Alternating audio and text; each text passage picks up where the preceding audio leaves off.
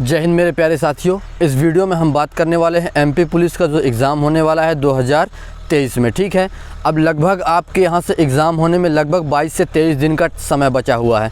तो अब आपको यहाँ से आपको एग्ज़ाम देने के लिए क्या स्ट्रेटजी बनाना है, क्या आपका टारगेट है, कैसे आप इसको क्लियर कर सकते हैं, इस बारे में हम चर्चा करने वाले हैं। तो सबसे पहले आपको बता दूं कि जो आपका एमपी पुलिस का एग्ज़ाम होने वाला है वो आपका 12 अगस्त से स्टार्टिंग है। ठीक है, उसके बाद मैं बात करता हूं आपका यहाँ पे सिलेबस की बात करेंगे कि आपको कैसे स्ट्रेटजी बनाना है, कैसे आपका टारगेट बेस करना है। ठीक है, आपको किस प्रकार से आपको एग्ज़ाम अपना क्लियर करना है, इस सब बारे में हम इस वीडियो में बात करने वाले हैं। ठीक है, तो सबसे पहले चैनल पर नए हो तो प्लीज़ चैनल सब्सक्राइब कर लो, वीडियो को लाइक कर दो, ज़्यादा से ज़्यादा शेयर कर दो। ठीक है, चलिए शुरू करते हैं और आगे बढ़ते हैं अपने वीडियो में। ठीक है, तो सबसे पहले मैं आपको बता दूं, आपको 3 टॉपिक पे सबसे पहले आपको काम करना है, 3 सब्जेक्ट पे। ठीक है, वो पहला है मैथ, रीजनिंग और साइंस। ये 3 सबसे इम्पोर्टेंट टॉपिक होते हैं, सबसे इम्पोर्टेंट विषय होते हैं। ठीक है, जिनके बारे में आपको यहाँ पे काम करना है। तो उनके जो टॉपिक्स हैं मैं बताता हूँ। सबसे ज़्यादा आपके क्वेश्चन आते हैं मैथ, रीजनिंग और साइंस। तो मैथ में जो आपका जो और जनरल नॉलेज, ठीक है, उसके बाद जनरल नॉलेज। तो आपको यहाँ पे क्या करना है कि अपने मैथ में अगर आपको यहाँ पे काम करना है, ठीक है, तो मैथ में कई चीज़ें होती हैं। तो आपको सबसे पहले आपको उसमें तैयार करना है मैथ में आपको अर्थमेटिक। ठीक है, तो अर्थमेटिक और एवरेज, उन पे आपको विशेष ध्यान देना है। अगर आप किसी से पेड प्रमोशन मतलब अगर आप कहीं कोचिंग कर रहे हैं तो आपको वहाँ पे जो भी पढ़ाया जाता है कि पिछले साल का प्रीव्यू पेपर, सबसे पहले आपको प्रीव्यू पेपर, क्योंकि प्रीव्यू पेपर से आपके 60% लगभग क्लियर हो जाता है। ठीक है, तो आपको जो प्रीव्यू पेपर हैं, पिछले साल के पेपर हैं, उन पे ज़्यादा ध्यान देना है। ठीक है, और दूसरी चीज़, आपको एवरेज दैट आपको ज़्यादा एक्स्ट्रा करने की आवश्यकता नहीं है, क्योंकि एक्स्ट्रा करने जाओगे तो आपका जो रिवीजन है वो नहीं हो पाएगा। रिवीजन नहीं करेंगे तो आपका जो है यहाँ पे समस्या हो जाएगी, आप क्लियर नहीं कर पाएंगे। तो आपने जो पढ़ा है सबसे पहले उसका रिवीजन आपको करना है। ठीक है, उसके बाद आपको कुछ एक्स्ट्रा, अगर दिन में आपका समय बचता है खाली, तो आपको जनरल नॉलेज और रीजनिंग यहाँ पे पढ़ना है। ठीक है, जनरल नॉलेज जैसे वर्ल्ड का कुछ पढ़ लें या कि भारत देश का कुछ पढ़ लें।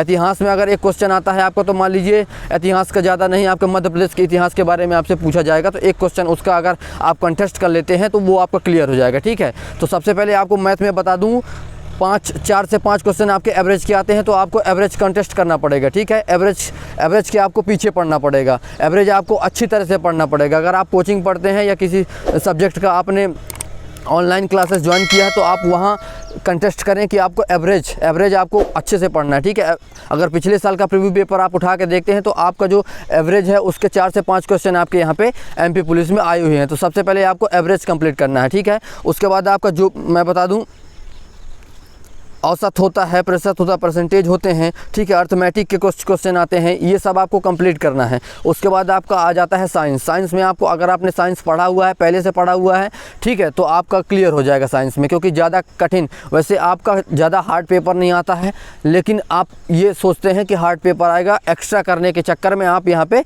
एग्ज़ाम में फेल हो जाते हैं। ठीक है, तो आपको कुछ भी नहीं करना है। अनुपात के कुछ क्वेश्चन आते हैं मैथ में, ठीक है, वो आपको देखना है।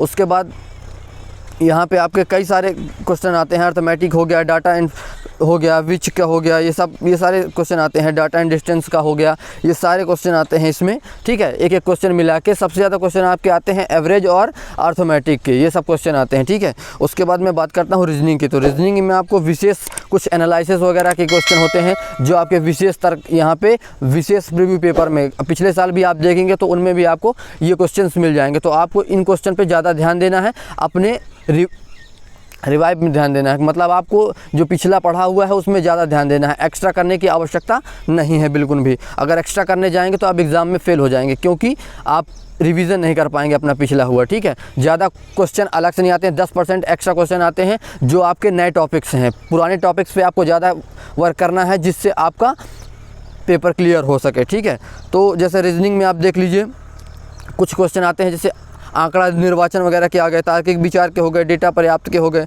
ठीक है, ऐसे क्वेश्चन आते हैं, लॉजिक्स हो गए, ऐसे क्वेश्चन आते हैं, तो उनको आपको पढ़ना है, उनका रिवीजन करना है अगर आपने पढ़ा हुआ है। ठीक है, आपके लगभग 22 दिन बचे हुए हैं यहाँ से, अगर आप मानिए तो आपको लगभग यहाँ से आपको 7 से 8 घंटा आपको यहाँ पे रिवीजन करना पड़ेगा। उसके बाद अगर एक्स्ट्रा टाइम आपके पास बचता है पढ़ने के अलावा, तो आप वहाँ पे हल्का कुछ वो जनरल नॉलेज वगैरह पढ़ सकते हैं, अवेयरनेस पढ़ सकते हैं, ये सब चीज़ें पढ़ सकते हैं आप। तो सबसे पहले आपको क्या करना है, आप 7 से 8 घंटा आपको रिवीजन करना है। मैथ, रीजनिंग और साइंस का आपको रिवीजन करना है। अगर आपने किसी कोचिंग सेंटर में आपने एडमिशन लिया हुआ, वहाँ पढ़ते हैं कि ऑनलाइन पढ़ाई करते हैं, तो सबसे पहले आपको वहाँ से रिवीजन करना पड़ेगा, ठीक है, जो भी आपने पढ़ा हुआ है, या कि 60% आपके लगभग नंबर आपको प्राप्त हो जाएंगे प्रीव्यू पेपर से। तो 2017-2022 का प्रीव्यू पेपर आपको उठा के देखना है। उसमें जैसे क्वेश्चन, जैसे टॉपिक्स आए हैं, उन टॉपिक्स पे आपको काम करना है, उन टॉपिक्स पे आपको ज़्यादा फोकस करना है, क्योंकि 60% आपका यहाँ पे प्रीव्यू पेपर से आता है, ठीक है। तो उन टॉपिक्स पे आपको काम करना है ज़्यादा।